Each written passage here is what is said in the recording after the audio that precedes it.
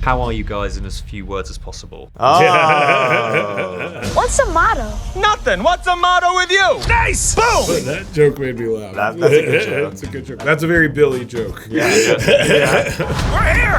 Oh, everyone, calm down. We're here. The backup has arrived. Can I ask you what it's like, honestly, to be a Happy Meal toy? Repeat after me, kid. Hakuna Matata. I saw it on your Instagram, but how does it feel to have a toy where you can press a button and out comes your voice?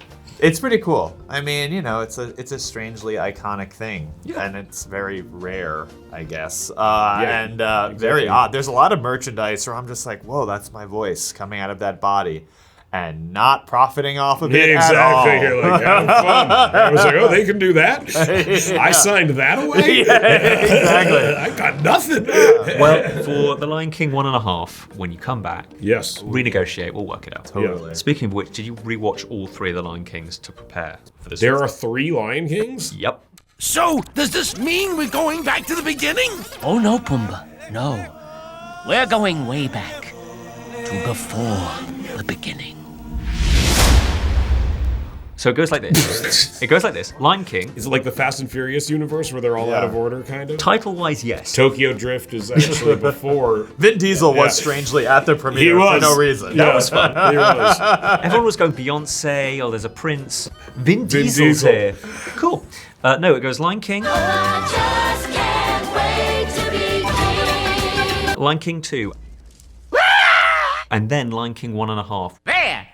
Now this title's a knockout. Which genuinely, like Tokyo It Drift. is like the Tokyo Drift of the Lion King films. Wow. You know what DK stands for? Donkey Kong. Drift King. Which is a sentence I really enjoyed saying for some reason. Life's not fair. Is it, my little friend? Everyone keeps calling this a live-action movie. How have you been describing it? Because it's not live-action. Those aren't real lions. Are we saying CGI? What are we doing? I think it's an entirely new way of experiencing film. And I don't know if we have quite the vocabulary yet to describe what it is. So we're all working together on this and trying to come up with, you know, the perfect thing to describe what it is.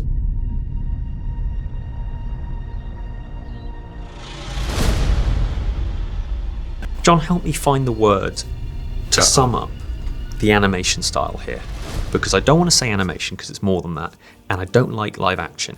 Yeah, live action is a bit misleading, but I understand why people use that term, because I think if you look at the animation style, I was really holding the animators to the same standard that I would if this were appearing alongside a live action performance, right? Because like in Jungle Book, you had a real kid, and you wanted the animals to look like they were existing in the same world. The bare necessities of life have come to you.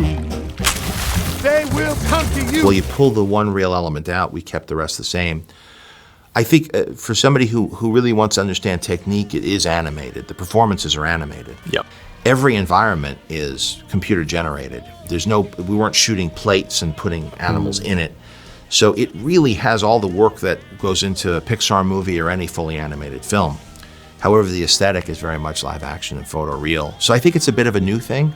And I think for a title like Lion King, you better bring something different and new, otherwise just go see the old one. So that's part of hopefully what's exciting and fresh about this version. I'm going to go for photoreal animation. That sounds great.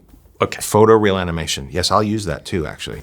We've come to a conclusion, and that is good. Even Mufasa came here when he was your age. Refused to leave until his roar could be heard above the rim. Normally, you can look at the antagonist and go, okay, well, I'm seeing it from his perspective.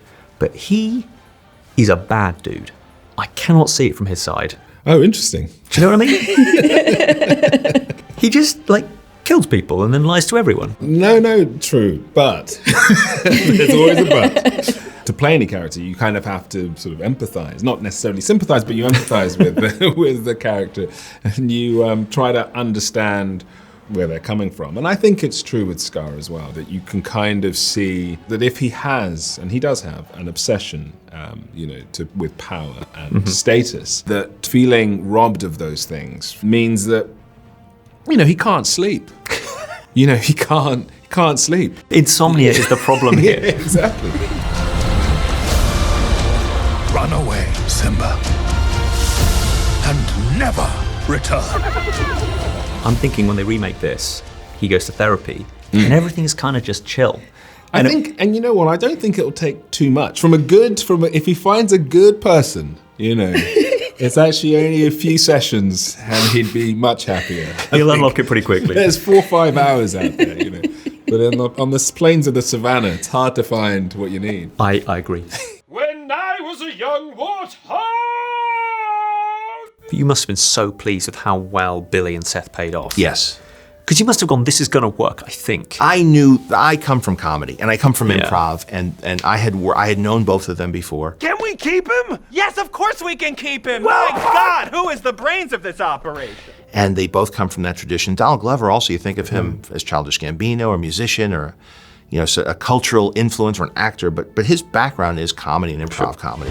Hakuna Matata, Hakuna Matata, Hakuna. It's our problem-free philosophy. Hakuna Matata. You guys sounded great. I really like the conversation where we tell Simba that the circle of life is nonsense. Yeah, that life is meaningless. yeah. I did not expect to be able to tell Simba life is and meaningless. we improvised that whole The scene. whole thing. And as we were doing it, we were just like, We're like, they're never gonna use They're never this. gonna use it, just making us laugh. Yeah. Like a truly dark philosophy. It's so cynical. Yeah, it's It's so great. cynical. Yeah. Nothing matters. Meaningless. There you go. Thanks for watching. If you like that, then do watch these videos, or you can listen to my podcast called Radio 1's Screen Time. Oh, and do not forget to hit that subscribe button. You can now get more Radio 1 in your life by downloading the BBC Sounds app or the BBC iPlayer app. Search for full-length versions of these interviews by typing in Movies with Ali Plumb.